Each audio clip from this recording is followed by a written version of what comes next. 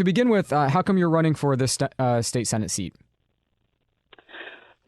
I think, well, the short answer is I ran before. I ran for my community. I made a promise, and I'm going to follow through on that promise. The long answer is, in my past race, even though it was an uphill battle, I'm running against running in a predominantly red district and up against an incumbent such as Tedisco.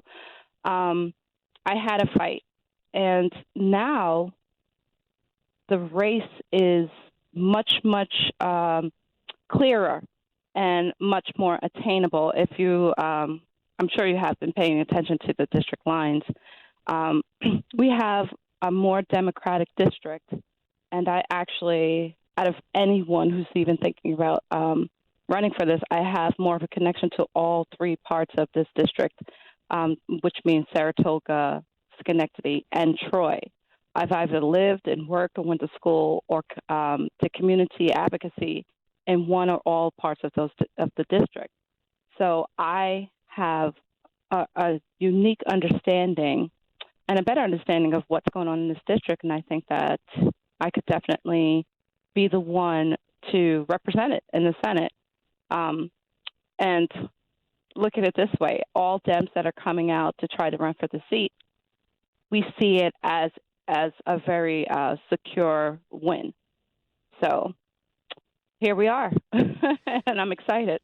Now, that being said, the Republican Daphne Jordan, who's currently in the state Senate, says she will run in this new district, which is the 46th. She's currently in the 43rd. So you're saying that you would see her as a vulnerable Republican in the next race? Well, I'll say this. This district has very unique needs, right? We have very unique needs in terms of healthcare, cost of living, affordable housing, education, are very, very unique to our district. She's going to have to shift and really get to understand what's happening in Schenectady and what's happening in Troy. She's never represented us here in Schenectady that I know of in Ancient of Days. She's only been in Senate for 2 terms. So she's really got to do her homework and figure out exactly what's going on in the Senate, in this district, especially in Schenectady and parts of Milton and Wilton and Troy. She has a lot of work to do. I've already done that work. I've been doing that work for almost 12 years now, working with boots on the ground and getting my hands dirty, helping with cleanup and communities, events and things like that. She's got to learn this district like as if this is her first time running. So she's got work to do. I've already done it. I've already built a base. I've already established my name in the community. Not to say that it'd be any easier for me. There are parts of this district that I will have to really get to understand where they stand in terms of what I just said about healthcare, cost of living, and housing and education. It's not going to be that easy, but I've already got a head start over her, for sure.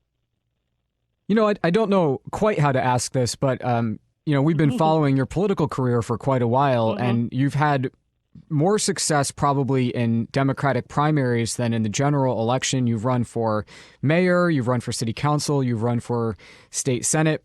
What would you say to someone who sees your name on the ballot and says, "Oh, well, I've seen her before. She runs all the time, but she hasn't won yet"? Well, if you look at the numbers, especially in my primaries, like you said, I do really, really well in the primaries. And I was running up against long-time incumbents, and they were all my first run for mayor. I only lost that by a little over 100 votes, and that was my first ever campaign. And I had a huge team of 3 people. I had volunteers, but my core team was like 3 people. But we did the work, and we learned the ins and outs of what needed to get done to have a successful campaign. So And the same thing with our primary. Like, we were up against the Democratic endorsed candidate, or up against the establishment as usual. And we said, we've been in this fight before. We know how to fight. And I won my primary 73%. The same people who voted for me in the mayoral race were the same people who voted for me in the Senate race. We just had really hard fights. It's going to be less of a challenge now because the majority of those people who voted for me are now included in this new 46th Senate district. I just need to make sure that they know that I'm running. And they'll see me on the ballot and say, yes, we voted for Teresa. We know that she's true. We know that she's real. She knows our stories. She is true to carrying our voice out there and being an advocate, and they will vote for me again. I'm confident in that. What would you say is the top priority you have for the new district if you were to go to the state Senate? What's the area of need that you see? Oh my gosh, you want me to boil it down? So many things so many things. Okay, I would say that our top issue would be health care, especially trying to pass the New York Health Act. We don't just need one more senator to sign on to pass that. We need to do the work to make sure that we get all of the legislators who are either sponsoring or who are willing to sign on new to understand how important it is for us to have a universal health care system here in New York. New York is one of the main states that sets the trends for policy and legislation that eventually goes nationwide.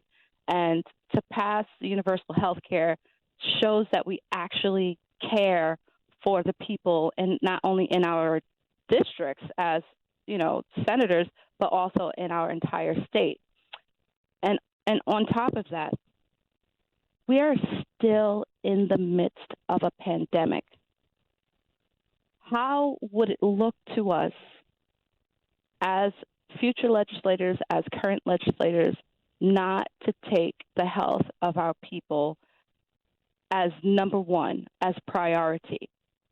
We know all the loss that we suffered. I lost a lot of family last year as well, especially my aunt to COVID, who was fully vaccinated. It hurts. It hurts, and we don't want to see that anymore. How do we solve that? We pass the New York Health Act, and that will be one